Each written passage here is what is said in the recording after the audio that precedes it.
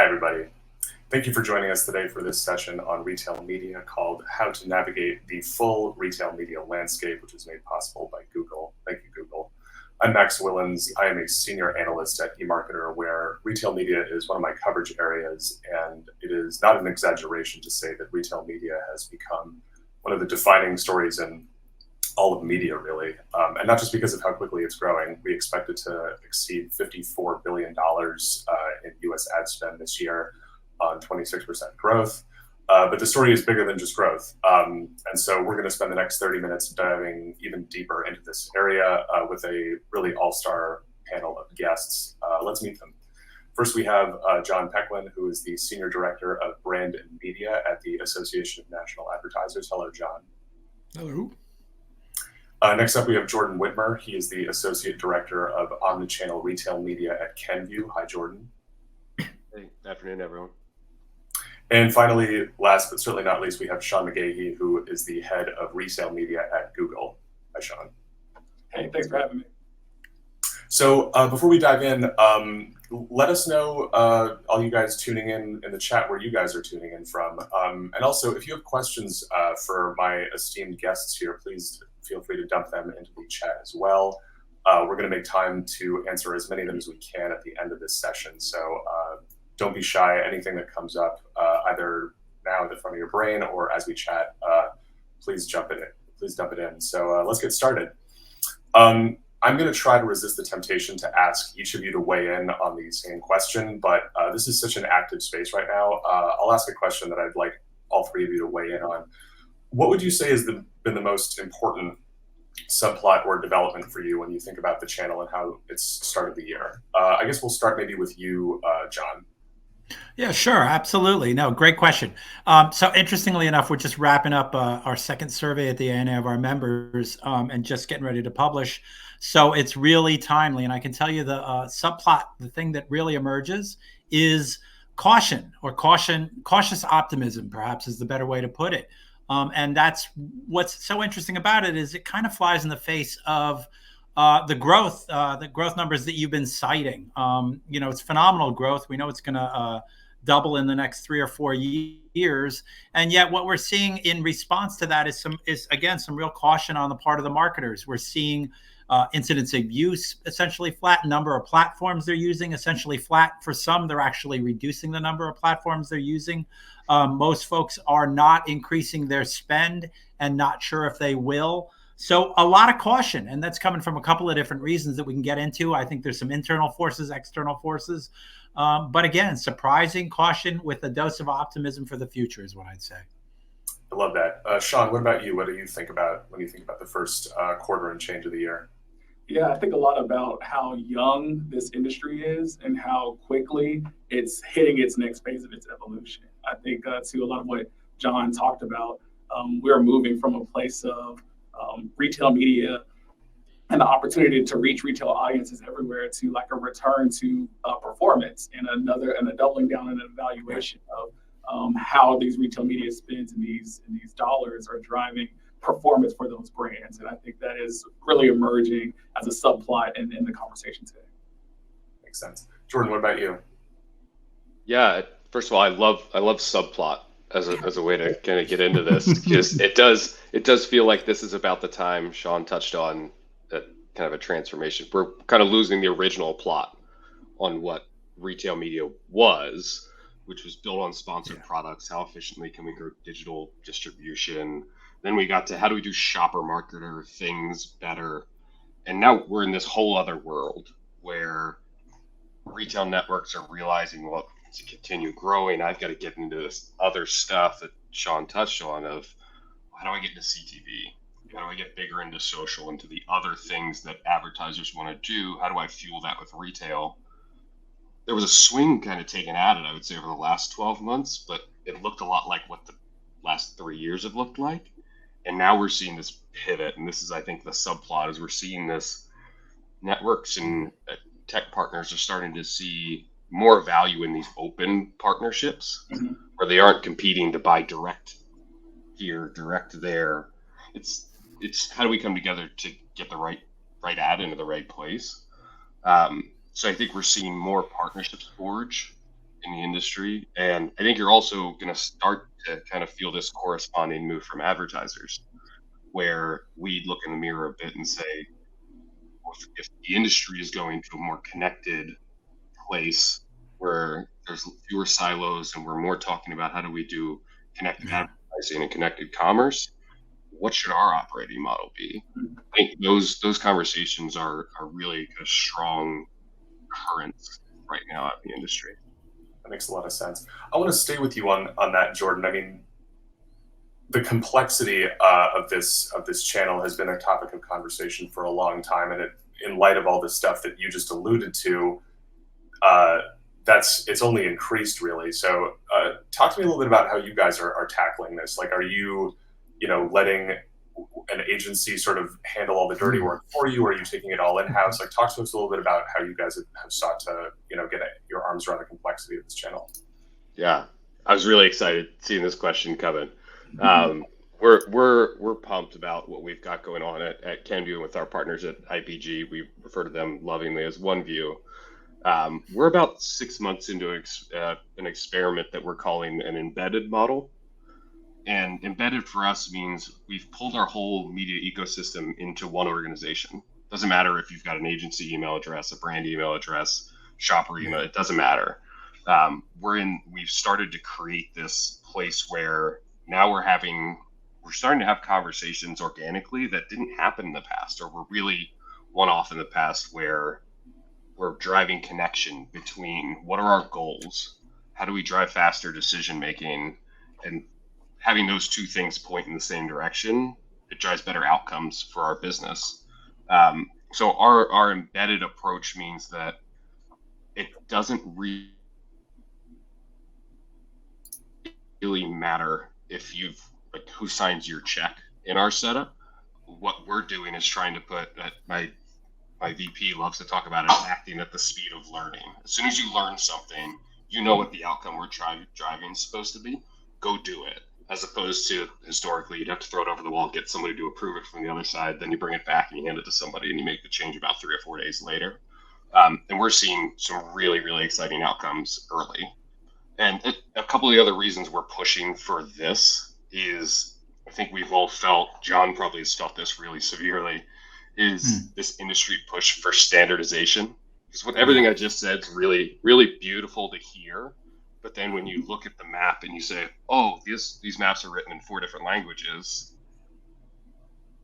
how do you make a decision quickly? So in order to enable the approach that we've gone with, we're leaning really heavily into our tech teams to accelerate our ability to bring data in, normalize it on our terms, identify what's driving impact in our ecosystem. So that's been a huge undercurrent for us, is how do we get it into the same language? Because then we get the real benefit. When we put all these things together and we all speak the same language and we get pointed after this single outcome, then we have this huge menu of what we can choose from. We call it a true portfolio approach to how we allocate resources, time, effort, head count. We can make shifts a lot faster than we used to be able to. That's really interesting. And it's, I mean, really kind of an approach that is pretty novel as far as I can tell. I don't know of a lot of other brands that are bringing this, kind of mindset to any channel, let alone, one that's this big.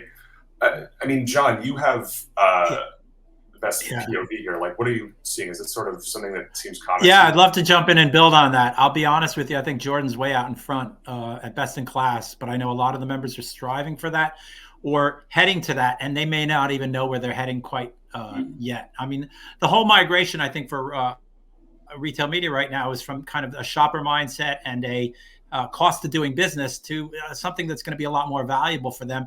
Part of that is, we talked about the caution earlier. A lot of the caution is internal, as I had said before. There's a lot of silos, and a lot of companies are struggling to break down their own silos and think outside of that and coordinate internally. And again, it sounds like Jordan's out in front in that. The other thing is, source of where's the budget coming from? Who owns that budget? Who's controlling it? And what we're seeing too is everybody's trying to build in that capability. There are a lot of folks going in-house.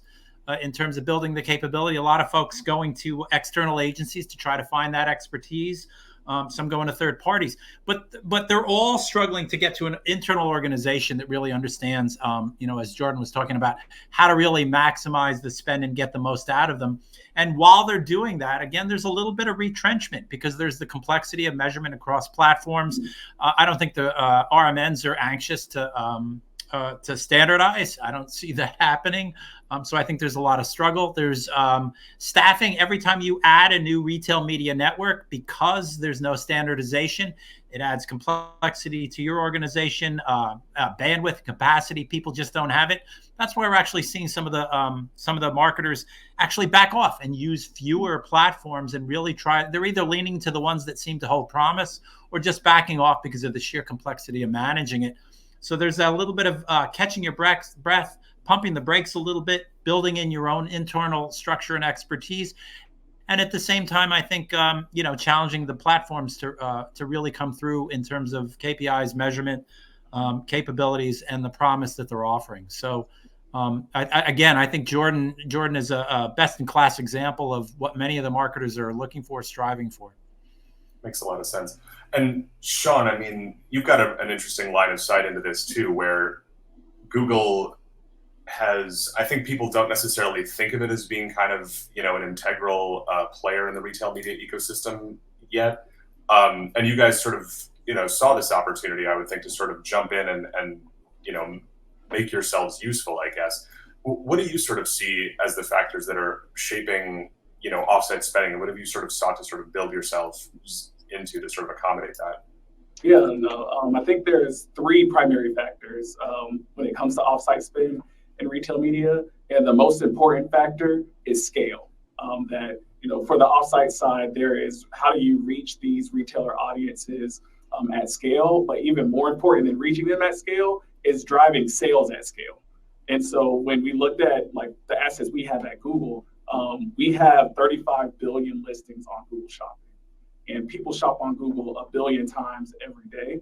And so we've been partnering with retail media networks to be a part of that offsite offering so that they can access the scale of their audiences and also the scale of sales, like actually moving product off the shelf through their offsite activation when they're partnering with us. And so earlier this year, the announcement with Instacart happened as a key example of that.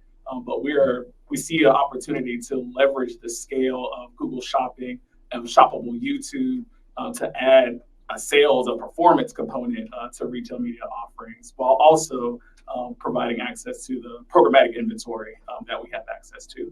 So that's really factor number one. I would say factor number two that's emerging is really control, in that retail media dollars are moving to platforms that are providing flexibility and transparency and options for managed service and self-service functionality. And so in that opportunity, we are building new features in our largest search engine platform, Search Ads 360, to enable those options, to enable retailers like Lowe's to do managed service offsite shopping with Google. And then also a self-service component is launching in the near future, and it complements our DV360 platform that already has self-service functionality to reach retailer audiences programmatically. And so that like the control and whose hands are on the keyboard is a big consideration for where offsite is going. And then lastly, I would just say privacy safe, and not just because of third-party cookie deprecation, of course, because of cookie deprecation, but primarily to maintain the trust of the consumer. The shopper came into your store, joined your loyalty program, and said, "Yes, you can advertise to me." And we have to maintain that trust, or there is no retail media industry.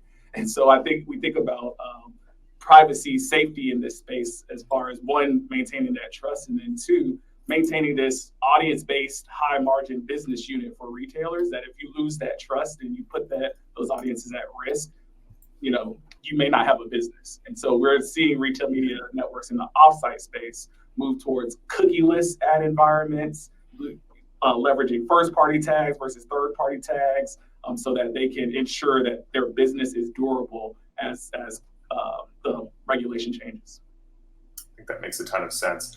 I want to ask a little bit about, now that I've sort of talked a little bit about organization and kind of, the management component of this, I do want to talk a little bit about sort of diversification of spend. I mean, one of the things that's so dizzying about retail media as a channel is that if you're, partnering with the right retailers or intermediaries, you can use retailer data to reach people on CTV. You can use it to reach them in stores. You can use it to reach them in digital out-of-home environments across the open web.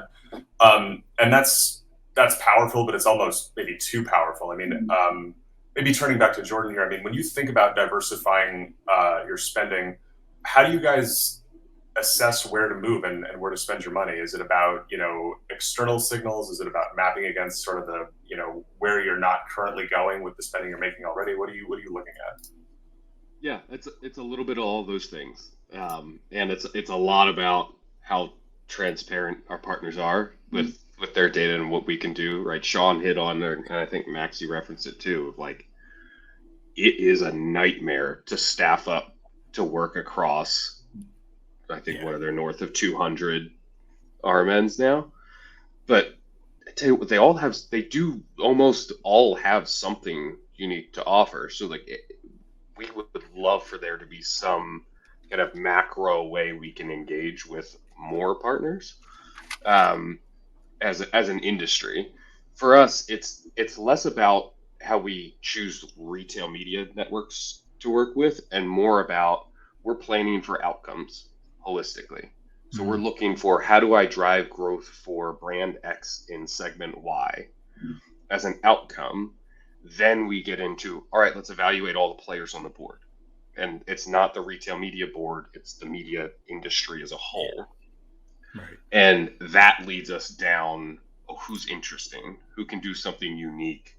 And that pushes us towards, I think, how we would diversify or collapse our partner portfolio. In the retail media world, one of the things that gets us excited about a retail media partner is it's usually one of two things, or ideally both things. Number one is holistic partnership. I go all the way back to the original plot of retail media. It wasn't just media. It was a connected commerce ecosystem that was trade, promo, in-store experiences attached to media that was being delivered across the ecosystem, had this, I don't like saying this, but 1 + 1 = 3 thing that could go, and Sean, don't kill me for using that cheap line, but so that's still a thing, right? There is still great power in connected experiences and connecting what's going on organically on a retailer's site to what we're putting out into the open ecosystem, to what we're doing maybe in their parking lot, or whatever it is. There's a lot that can happen from connecting those experiences and driving all the way back to Sean touched on, this is high margin for retailers. How does it tie to how brands win assortment? At the end of the day, we win with distribution, and that kind of holistic partnership that brings the whole system together is really exciting for I think, big brands. And the second piece John talked about, I think, a little bit, is it's about measurement. It's about how we get transparent about how information flows back and forth. The more transparent partners are, the more they fit into that system that I described earlier of, no, I no longer am playing, for the most part, this game of invest with retailer X to drive outcome at retailer X in this retailer X little mini ecosystem, where retail media is a bigger game now. It's no longer minor league advertising. So when we get into major league advertising, it's, okay, the internal measurement doesn't do it for me. They're internal inside of a retailer.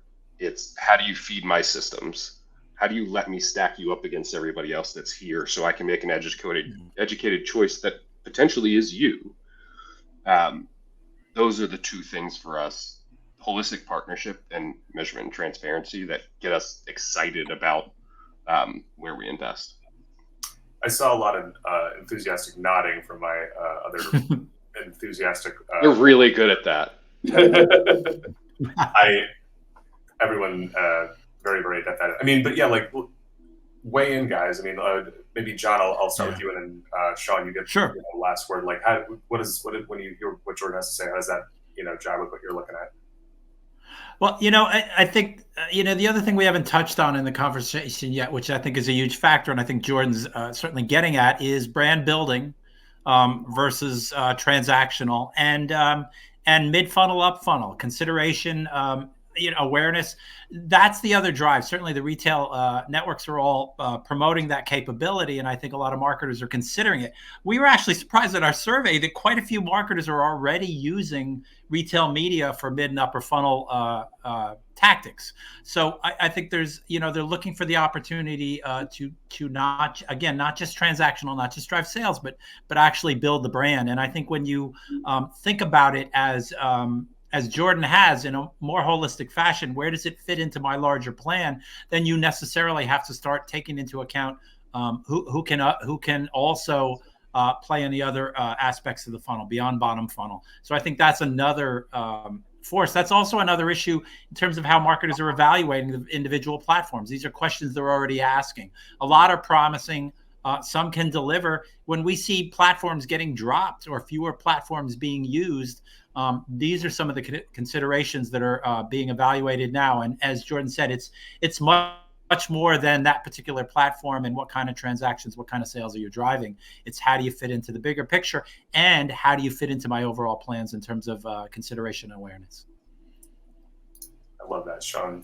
Yeah, I would add, as I listened to Jordan talk about the great work that they're doing, he said outcomes with an S. He did not say outcome, right? That there are multiple outcomes. And I'm sure, and I'd love to hear more, Jordan, and how you're doing that planning. There is the outcomes of, sales, right? Like you need to drive sales to have media investment for it to go anywhere, right? Like the sales should be a big part of your outcomes. And then there's mid and upper funnel outcomes, brand consideration outcomes, and there are multiple outcomes versus like singular outcomes.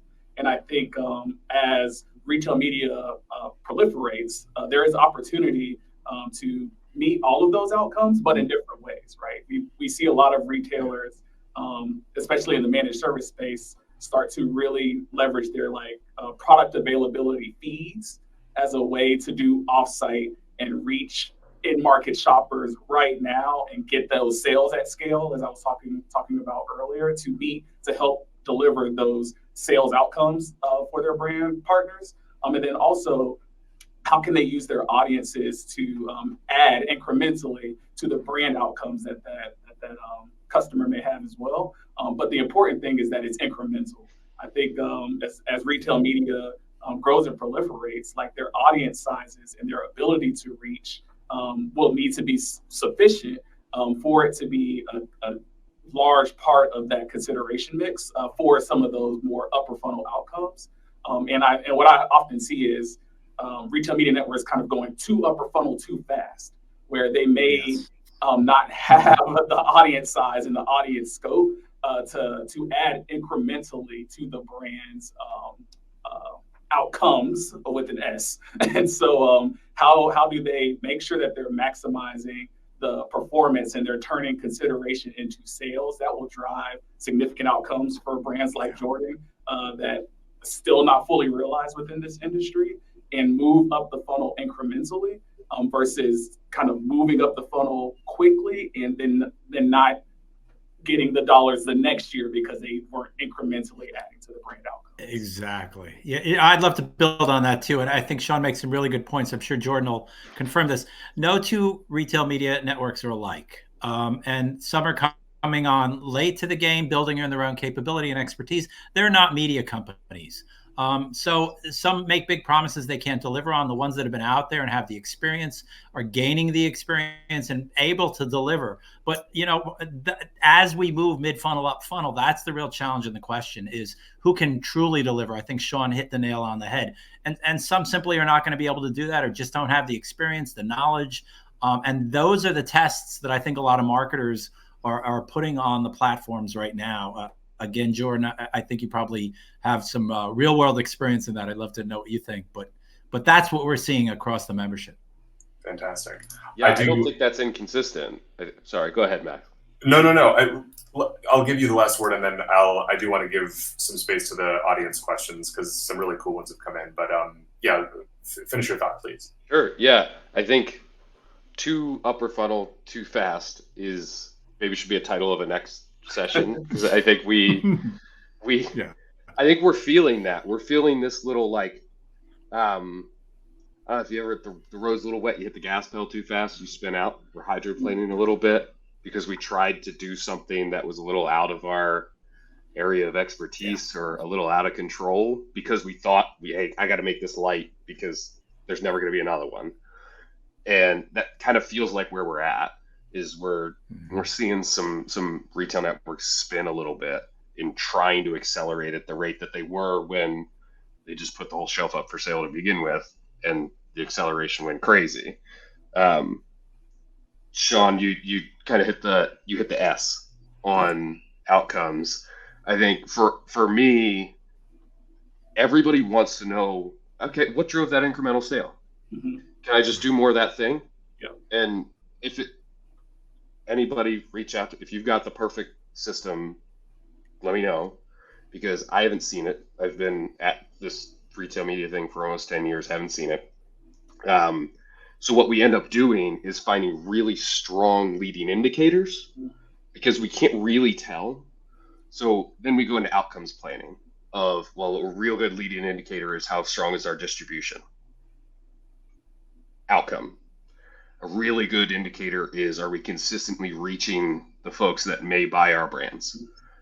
Consistent reach is an outcome that we start to triangulate this. If we do this system of things, then we believe the system delivers that incremental sales growth.